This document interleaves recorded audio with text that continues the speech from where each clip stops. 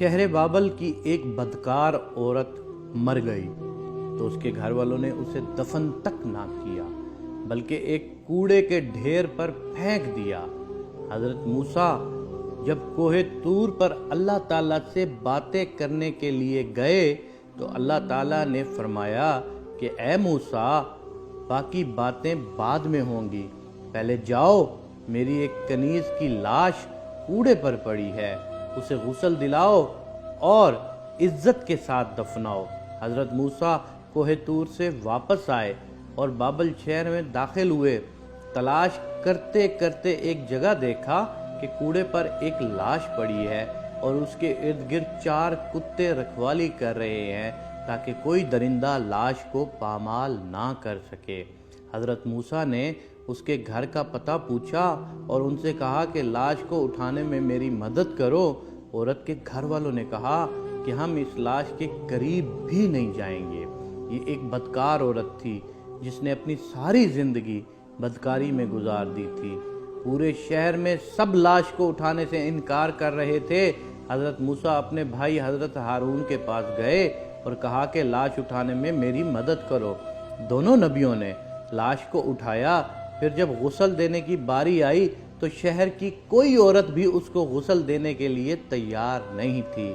یہ دیکھتے ہوئے حضرت موسیٰ اپنی زوجہ اور بہن کو حکم دیا کہ اس عورت کو غسل دو۔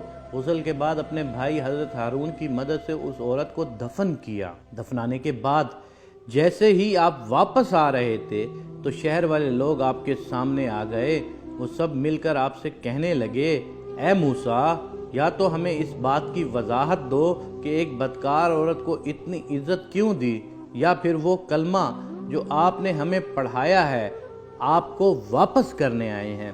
حضرت موسیٰ نے لوگوں سے فرمایا، اے شہر کے لوگوں، جو حکم اللہ نے دیا میں نے اس حکم کی تعمیل کر دی۔ ہاں، اگلی بار جب میں کوہ طور پہ گیا تو تم سب کو تمہارے اس سوال کا جواب مل جائے گا۔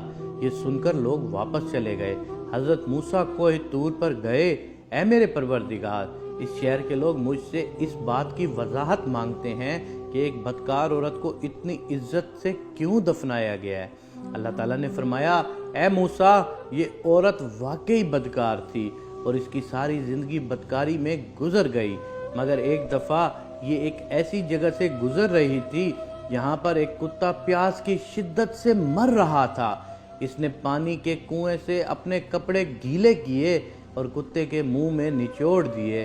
پیاسے کتے کے منہ میں جب پانی آیا اور اس کے تڑپتے ہوئے جسم میں جان آ گئی، مجھے عورت کی یہ رحم دلی بہت پسند آئی اور میں نے موت کے فرشتے کو حکم دیا کہ اس کی روح قبض ڈالو کہ تاکہ آئندہ کوئی بدکاری نہ کرے، اور میں نے اس کو وہیں پر معاف کر دیا۔ اللہ اللہ اللہم صلی علی محمد و آل محمد۔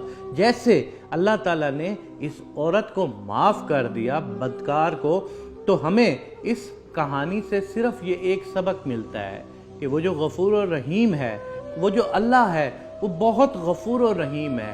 آپ کے کتنے ہی گناہ کیوں نہ ہو، لیکن اللہ کی ذات اگر آپ کی کسی ایک نیکی سے خوش ہو جائے تو وہ آپ کو معاف کر سکتی ہے۔ کبھی بھی اپنے گناہوں کے بوجھ کی وجہ سے نیکی کرنا ترک مت کرو۔ کیا پتہ آپ کی ایک چھوٹی سی نیکی اللہ کو پسند آ جائے اور وہ آپ کے سارے گناہ معاف فرما دے۔